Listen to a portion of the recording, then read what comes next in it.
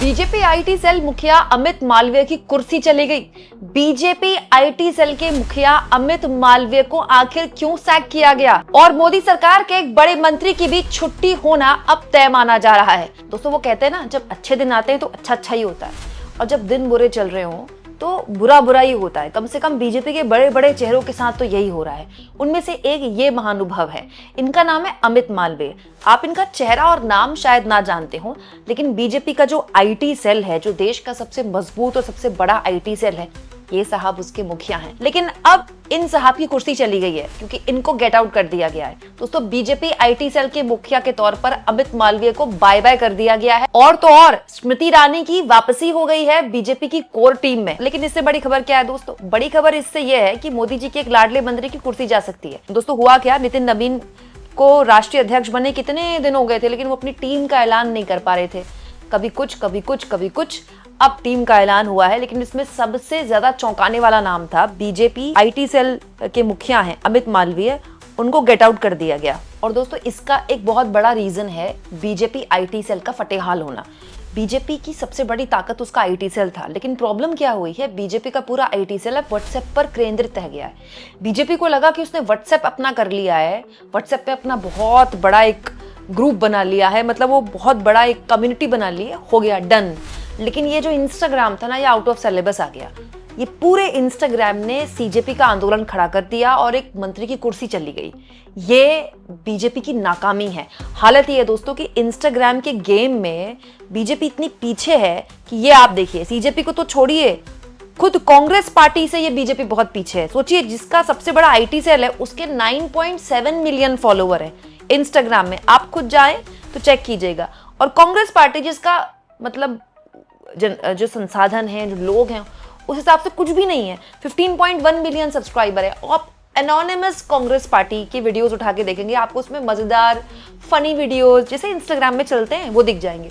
और बीजेपी के वही सिंपल राहुल गांधी की वीडियो एडिट करके डाल दी, मोदी जी की चलते हुए, फिर पीछे देखो देखो आया सुल्तान टाइप का म्यूजिक लगा दिया, वो जो आज से 2 साल पहले चलता था, उसमें कुछ नयापन नहीं है। हालांकि बीजेपी की आईटी सेल लोकसभा चुनाव से ही बहुत खराब काम कर रहा था, उस वक्त से ही पता चल रहा था कि इनोवेशन उसमें कुछ नहीं हो रही है। लेकिन अमित मालवीय की कुर्सी जाना, उसको एक तरह से आप कह सकते हैं कि टाटा बाय बाय हो गया, खत्म, टाटा बाय बाय।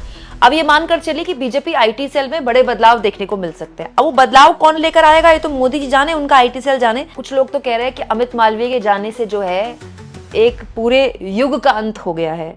कुछ लोग कह रहे हैं कि अमित मालवीय को कई मंत्री तो नहीं बना रहे मोदी जी, क्योंकि कैबिनेट का रीशफल भी होना है।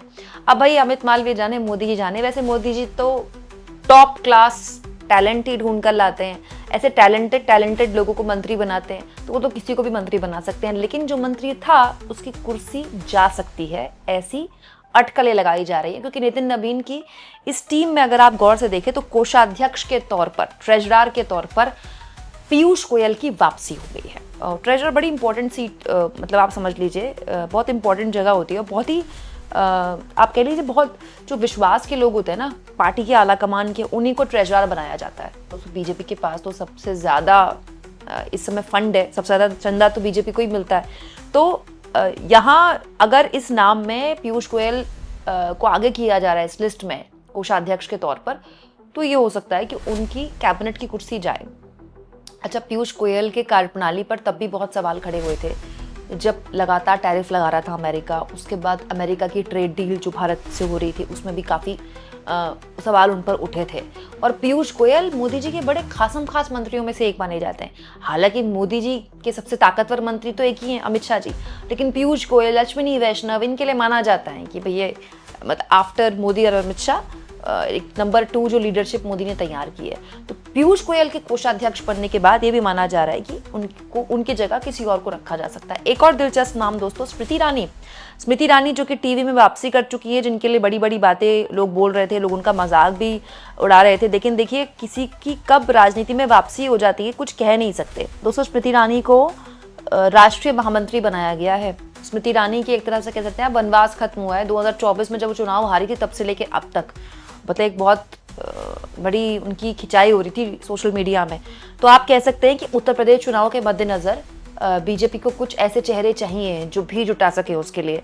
अच्छा, वसुंधरा राजे सिंधिया का भी नाम यहाँ पर है। देखिए, सबसे पहले उन्हीं का नाम है राष्ट्रीय उपाध्यक्ष के तौर पर।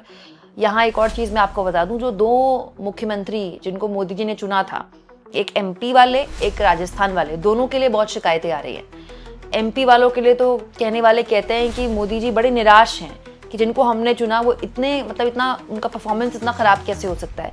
लेकिन क्योंकि जातीय समीकरण फिट बैठते हैं तो चुनाव से पहले तक तो एमपी वालों की कुर्सी जानी ऐसा लगता नहीं है कि जाएगी। लेकिन राजस्थान में भी काफी शिकायतें आ रही हैं मुख्यमंत्री के तौर पर।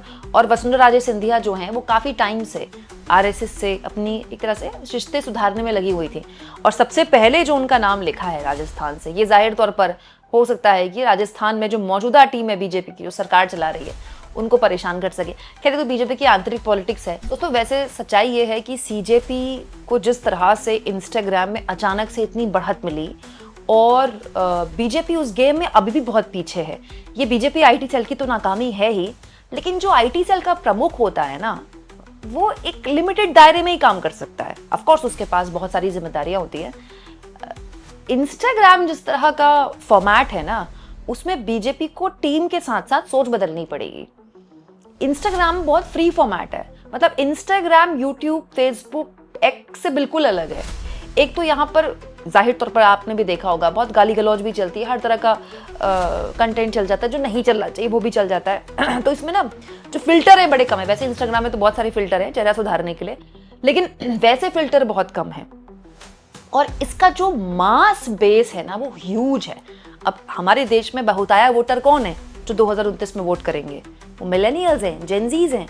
अभी जो जेन अल्फा हैं वो 2029 तक हो सकता है वोटर बन जाएं। तो ये जो पूरा चंक है, ये केवल इंस्टाग्राम चलाता है। एक्स हमारे जैसे लोग चलाते हैं, पत्रकार। फेसबुक तो दोस्तों हमारे मम्मी पापा भी नहीं चलाते, अब आप देख ही रहे, वो भी इंस्टाग्राम ही चलाते हैं। लेकिन फिर भी चलिए, फेसबुक एक पीढ़ी चलाती है, लेकिन इंस्टाग्राम तो एक ऐसी पीढ़ी चलाती है जो एक वक्त में, मतलब मोदी जी जिनके फेवरेट थे, वही पीढ़ी टूट कर कुछ सीजेपी के पास, कुछ कांग्रेस के पास।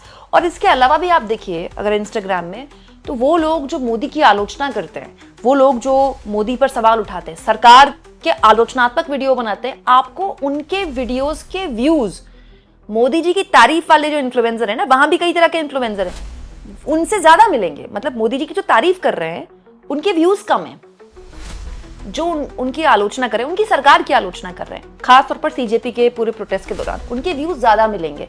हालांकि ये एल्गोरिथम ऊपर नीचे जाता रहता है। अभी एक वेव चल रही है जंतर मंतर के बाद की, फिर जेन अल्फाज का आंदोलन चल रहा है, अलग अलग मोर्चों पर सरकार गिरी, फिर संसद का सत्र शुरू हो गया। हो सकता है वेव फिर ठंडी पड़ जाए, लेकिन इस इंस्टाग्राम ने पूरी यूथ को पॉलिटिसाइज कर दिया है, जो अभी तक पॉलिटिक्स से दूरी बनाई हुई थी।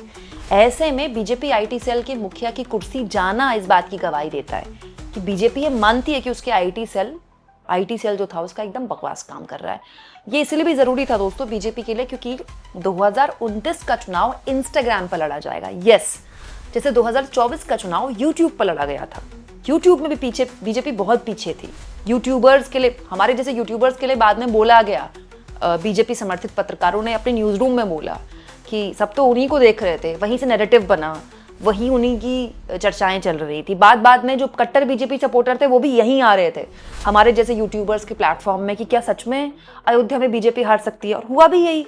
पर यूट्यूबर्स ने जो बताया अल्टीमेटली वही हुआ ना। तो अब अगला चुनाव जो भी होगा देश का, वो इंस्टाग्राम पे होगा, और इंस्टाग्राम के गेम में बीजेपी बहुत पीछे, ये बात बीजेपी जानती थी, इसीलिए आईटी सेल के मुखिया की कुर्सी चली गई। हो सकता है मोदी जी उनको मंत्री बना दे। आपको क्या लगता है दोस्तों? कमेंट बॉक्स में जरूर लिखें।